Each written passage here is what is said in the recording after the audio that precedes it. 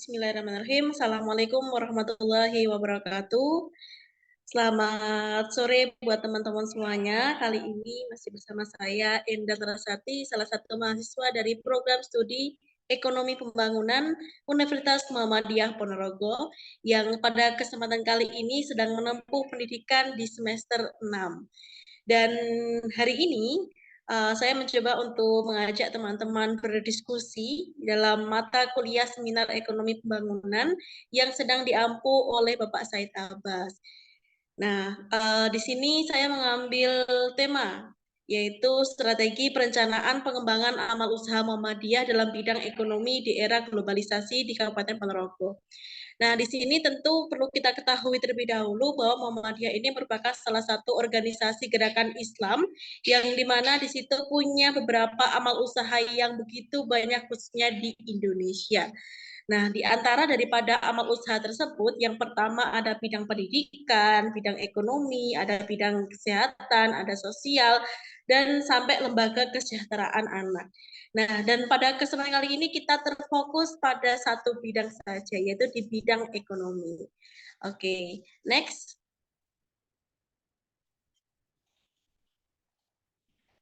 Nah, kemudian di sini perlu kita ketahui salah satu yang dimiliki oleh Muhammadiyah itu tadi adalah amal usaha di bidang ekonomi. Kalau di Kabupaten Ponorogo itu sendiri tentunya terdiri dari PT Daya Surya Sejahtera, kemudian ada Bank Mitra Mintari, kemudian ada Bank Rasuna, ada Koperasi Garda Umat, dan beberapa BMT yang terdiri dari cabang Muhammadiyah di Kabupaten Ponorogo. Nah, maka dari itu di sini perlu adanya strategi pengembangan agar nantinya amal usaha yang dimiliki Muhammadiyah itu tidak mengalami ketertinggalan dengan UMKM yang ada di Kabupaten Ponorogo. Dan perlu kita ketahui bersama, sekarang kita sudah masuk yang namanya di era globalisasi. Era globalisasi ini merupakan era yang dimana adanya persaingan yang semakin meningkat, yang semakin ketat pula. Artinya di sini Muhammadiyah jangan sampai tinggal diam, tetapi harus perlu adanya suatu strategi agar nantinya juga dapat bersaing secara kompetitif dengan baik dengan beberapa UMKM yang ada di Kabupaten Ponorogo khususnya. Oke, next lagi. Nah, karena era globalisasi ini merupakan era perubahan global yang melanda di seluruh dunia yang tidak dapat kita kendalikan, maka akan terjadi sebuah dampak. Nah, dampak yang terjadi salah satunya ini adalah akan berpengaruh pada aspek kehidupan manusia dalam kehidupan sehari-hari, seperti di aspek kesehatan, di aspek pendidikan, kemudian dan juga di aspek ekonomi. Kalau pendidikan tentu sekarang kita sudah mengenal dengan yang namanya pendidikan melalui daring ya, secara Google Meet, secara Google Zoom dan lain sebagainya. Kemudian kalau ekonomi kita juga mengenal e-commerce ya dengan cara jual beli online dan sebagainya. Nah, di sini karena dampak yang terjadi atau dampak yang diakibatkan oleh era globalisasi ini sangat luas, baik di bidang ekonomi, sosial, politik, teknologi, lingkungan, budaya dan sebagainya tadi, maka hal ini akan mendorong khususnya Muhammadiyah itu sendiri karena dengan adanya perkembangan ekonomi tentu adanya persaingan yang semakin ketat pula. Oke, next. Nah, di sini maka apa yang harus dilakukan oleh Muhammadiyah? Nah, karena tadi sudah saya jelaskan bahwa kita sudah masuk di era globalisasi yang artinya di sini Muhammadiyah jangan sampai tinggal diam, jangan sampai tenang-tenang dalam zona nyamannya. Namun bagaimana Muhammadiyah ini dapat beradaptasi dengan era globalisasi yang ada saat ini. Tentu beberapa program yang harus digerakkan kembali, digerilaikan kembali adalah khususnya di program dalam pengembangan strategi pengembangan amal usaha. Di sini ada beberapa poin yang perlu kita pahami, yaitu optimalisasi faktor produksi di persyarikatan. Karena Muhammadiyah ini tentu terdiri dari beberapa komponen yang nantinya dapat mengembangkan amal usaha tersebut, maka yang pertama yang harus dilakukan adalah peningkatan kualitas sumber daya manusia. Nah, di sini tentu dalam mengembangkan amal usaha kita juga harus mengembangkan kualitas sumber daya manusia yang ada di amal usaha kita sendiri, ya, baik itu dari segi pemiliknya, direkturnya, manajernya, kemudian dari karyawannya. Nah, itu harus adanya suatu peningkatan kualitas, dan peningkatan kualitas tersebut itu dapat dilakukan baik itu melalui training ataupun melalui praktek langsung yang nantinya harus ada beberapa manajemen pengelolaan tenaga kerja dari berbagai komponen tersebut. Nah, dengan begitu monitoring dan evaluasi setiap bulan dari amal usaha tentu dapat membantu amal usaha dalam melaksanakan bagaimana hal-hal yang harus diperbaiki oleh amal usaha tersebut. Nah, kemudian yang kedua di sini adalah mengembangkan jiwa entrepreneur warga Muhammadiyah. Jiwa entrepreneur adalah jiwa wirausaha yang nantinya itu dapat menyejahterakan, karena tujuan daripada amal usaha Muhammadiyah ini salah satunya adalah untuk kesejahteraan masyarakat. Jadi baik itu masyarakat Muhammadiyah ataupun masyarakat yang lainnya secara umum. Nah, tapi di sini poinnya adalah jiwa entrepreneur oleh warga Muhammadiyah itu sedang dipertanyakan. Nah, maka dari itu di sini akan lebih baiknya ketika mengembangkan amal usaha Muhammadiyah itu sendiri adalah dengan meningkatkan jiwa entrepreneur kepada warga Muhammadiyah itu sendiri. Karena entrepreneur di sini tentu ada beberapa kelebihan, ya, dan cara kita untuk meningkatkan salah satunya adalah dengan kita buat dulu nih perbandingan entrepreneur dengan sosok yang karyawan, ya, bagaimana kelebihan ataupun keuntungannya dengan kerugiannya. Kalau jadi entrepreneur tentunya kinerja kita itu kan tidak mengikat, ya, artinya kita dapat bekerja secara fleksibel sesuai dengan kebutuhan dan juga keadaan kita. Berbeda lagi kalau sosok karyawan ataupun tenaga kerja. Nah, di situ tentu akan dituntut untuk senantiasa tepat dan tepat waktu, kemudian bekerja terikat, tidak bisa bebas kayak gitu kan. Nah, jadi di sini yang perlu dipahami oleh teman-teman semuanya adalah bagaimana teman-teman mampu untuk mempertimbangkan dalam menentukan suatu pilihan mau jadi entrepreneur atau mau jadi karyawan kayak gitu. Nah, yang ketiga ini adalah meningkatkan produktivitas aset. Nah, produktivitas aset amal usaha Muhammadiyah tentu di sini ada beberapa poin, ya, di antaranya ada wakaf, ada saham, kemudian ada juga obligasinya. Nah, tentu dari situ dari amal usaha sendiri itu dapat meningkatkan produktivitasnya. Ini produktivitas tersebut ada beberapa macam, ya, mau di kuantitasnya ataupun di kualitasnya itu juga bisa gitu. Oke, next. Nah, kemudian kenapa amal usaha Muhammadiyah harus dikembangkan? Nah, ini pertanyaan yang cukup menarik dan sebagai refleksi kita semua, yaitu karena amal usaha Muhammadiyah ini dapat membantu dalam mengatasi persoalan kemiskinan. Nah, itu sudah pasti. Kemudian, adapun tujuan dari adanya amal usaha ini adalah untuk memberikan kesejahteraan masyarakat. Hal ini identik dengan konsep Community Based Economic Development atau CBED. Nah, jadi di sini teman-teman perlu kita pahami. Jadi Muhammadiyah ini selain sebagai gerakan dakwah, ini juga merupakan gerakan sosial. Nah, ini contoh gerakan sosial dan juga ekonominya itu lewat daripada amal usaha tersebut yang memiliki tujuan untuk memberikan sebuah kesejahteraan kepada masyarakat umum. Oke, next coba kita mengenal konsep community tadi, ya, CBED. Nah, konsep CBED ini merujuk pada strategi dan proses penguatan prakarsa serta kemampuan sekelompok masyarakat agar dapat mengenali, merumuskan, dan mencari sendiri terhadap masalah ekonomi yang mereka hadapi. Sehingga hal tersebut dapat membangun kemampuan ekonomi mereka yang dalam jangka panjang dapat menguatkan kemampuan sosial ekonomi secara integratif. Integratif artinya adalah secara masif dan secara intens. Artinya di sini dari konsep CBED, Muhammadiyah dapat mengatasi beberapa masalah ekonomi yang sudah disebut tadi, seperti ada pengangguran, kemudian ada kemiskinan, kemudian ada juga nanti akan berpengaruh pada kesejahteraan sosial yang dialami oleh masyarakat tersebut. Oke, next. Nah, di sini lanjutannya adalah yang pertama adalah mengejar agar tidak ketertinggalan dan perlu adanya inovasi baru.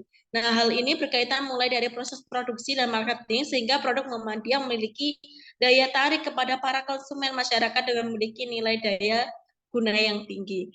Nah, jadi ini merupakan beberapa motivasi ya, motivasi mengapa kok Muhammadiyah itu harus melakukan sebuah pengembangan daripada amal usahanya.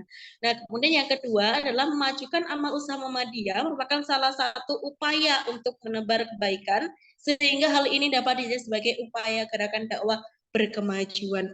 Nah, jadi yang perlu kita pahami tentu yang dilakukan oleh amal usaha Muhammadiyah itu tidak terlepas dengan hasil muktamar Muhammadiyah yang mana ada konsep gerakan dakwah yang berkemajuan.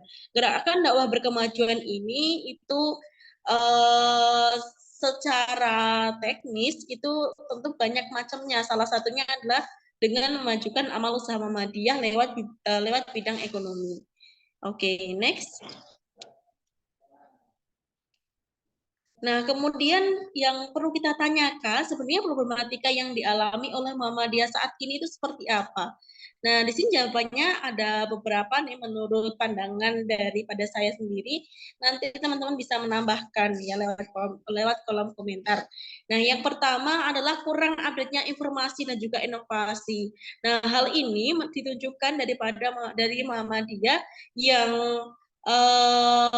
kurang update informasinya bukan dari Muhammadiyahnya ya, tapi terkadang dari orang-orangnya ya, orang-orangnya dalam penjualan. Nah, artinya di situ perlu adanya suatu peningkatan dari segi teknologinya agar nantinya juga tidak ketertinggalan. Kemudian yang kedua, ini adalah kurangnya lapangan kerja sehingga memicu adanya peningkatan jumlah pengangguran dan juga kemiskinan. Jadi Muhammadiyah itu hadir itu secara fungsinya itu bukan hanya untuk kesejahteraan juga, tapi dengan cara ikut serta andil dalam mengatasi pengangguran dan kemiskinan. Dan tentunya masalah ini adalah masalah yang tidak ada habisnya di Indonesia itu sendiri. Bahkan dari program-program pemerintah itu sampai saat ini pun masih belum mampu ya mengatasi pengangguran dan kemiskinan. Karena seiring berkembangnya zaman tentu standarisasi daripada kemiskinan dan pengangguran itu semakin berbeda-beda. Kalau dulu dikatakan miskin itu karena dia itu tidak mampu memenuhi kebutuhan sehari-hari. Tapi kalau sekarang ya misalnya tidak punya HP, tidak punya laptop itu pun merasa miskin. Nah, artinya standar kemiskinan daripada manusia dari zaman ke zaman itu berbeda-beda. Nah, kemudian ini yang ketiga, persaingan pasar yang semakin pesat. Nah, hal ini merupakan salah satu dampak dari adanya era globalisasi. Tentu itu tidak dapat dicegah dan tidak bisa digantikan, artinya di sini Muhammadiyah harus mampu beradaptasi dengan zaman tersebut, ya agar nantinya dapat bersaing, ya berkompetitif dengan baik. Kemudian yang keempat, ini bertambahnya jenis produk. Nah, sekarang produk-produk UMKM itu kan sudah macam-macam dan itu tentunya dalam memasarkan produk kita juga harus tahu target marketingnya itu seperti apa. Kalangan anak-anak kah, atau kalangan muda, atau kalangan orang tua. Nah, ini yang harus lebih diteliti lagi ya untuk Muhammadiyah itu sendiri sebenarnya produk-produknya itu yang lebih jelas itu seperti apa? Apakah ada perbedaan produk Muhammadiyah dengan produk-produk yang lain kayak gitu? Oke, next. Nah, ini untuk penelitian terdahulu atau sebagai referensi bacaan daripada penulis. Yang pertama itu ada Jurnal Strategi UMKM dalam menghadapi persaingan bisnis global oleh Teti Ulieti. Nah, di situ menjelaskan beberapa macam program di Indonesia, tentunya ada di usaha mikro kecil menengah atau UMKM merupakan kelompok usaha yang memiliki jumlah paling besar dan terbukti sebagai salah satu untuk mencegah daripada masalah pengangguran dan juga kemiskinan. Kemudian dengan memilih strategi yang tepat pada posisi perusahaan tertentu akan membuat sebuah perusahaan memiliki keunggulan yang kompetitif. Nah, ini versi yang pertama. Kemudian untuk yang kedua, next. Oke, untuk yang kedua, ini saya pakai buku bacaan yang berjudul Strategi Pemasaran Kewirausahaan UMKM oleh Dr. Cici Harini. MM di sini menjelaskan bahwa peran UMKM dalam pembangunan ekonomi nasional digambarkan sebagai sektor yang rentan terhadap perubahan. Karena sebagai sektor yang rentan terhadap terhadap perubahan, maka jumlah penduduk di Indonesia tergolong berpendidikan rendah yang hidup dalam kegiatan usaha kecil baik di sektor tradisional maupun modern. Kemudian yang ketiga, saya memakai referensi di Badan Pusat Statistik dalam bagian kebutuhan data ketenaga kerjaan untuk pembangunan berkelanjutan oleh Dr. Nurma Midayanti. Di sini selaku Direktur Statistik Kependudukan dan Ketenaga Kerjaan Republik Indonesia. Oke, next. Nah, di sini adalah data untuk penelitian saya. Yang pertama tempatnya yaitu di Amal Usaha Muhammadiyah di Kabupaten Ponorogo. Kemudian waktu ya 2023 di tahun ini untuk populasinya juga di Amal Usaha Muhammadiyah Ponorogo. Sampelnya saya pakai di probability sampling karena memiliki semangat 50-50. Artinya awal usaha Muhammadiyah di bidang ekonomi Kabupaten Ponorogo ini ada beberapa macam. Tadi ada PT Daya Surya Sejahtera, ada Bank Mitra, kemudian ada koperasi. Nah, karena memiliki kesempatan yang sama atau kesempatan yang 50-50, saya pakai yang di probability sampling. Kemudian teknik pengambilan data, saya pakai data primer yang nantinya akan saya peroleh melalui wawancara, kuesioner, dan juga observasi. Serta untuk teknik pengolahan datanya, saya pakai data yang kualitatif, artinya lebih ke deskripsi, ya. Kenapa kok nggak pakai data kuantitatif? Karena di situ kalau alasan dari saya, karena banyaknya amal usaha Muhammadiyah di Kabupaten Ponorogo, saya lebih suka untuk pakai yang wawancara, ya, agar nantinya segala sesuatunya itu dapat terdeskripsikan dengan baik, kayak gitu. Oke, next. Nah, maka dari penjelasan yang sudah saya paparkan tadi, kesimpulannya adalah pentingnya perencanaan dalam upaya pengembangan UMKM di Indonesia merupakan hal yang harus ditingkatkan bagi pemilik UMKM ataupun amal usaha itu sendiri, agar nantinya dapat bersaing dengan pasar bebas di era globalisasi ini. Hal itu dapat dicapai melalui pengembangan strategi marketing, inovasi produk, dan membuat SWOT. Baiklah, terima kasih pada kesempatan kali ini. Semoga apa yang saya sampaikan tadi bisa bermanfaat untuk teman-teman semuanya. Sekian, bila bisa hak, wassalamualaikum warahmatullahi wabarakatuh.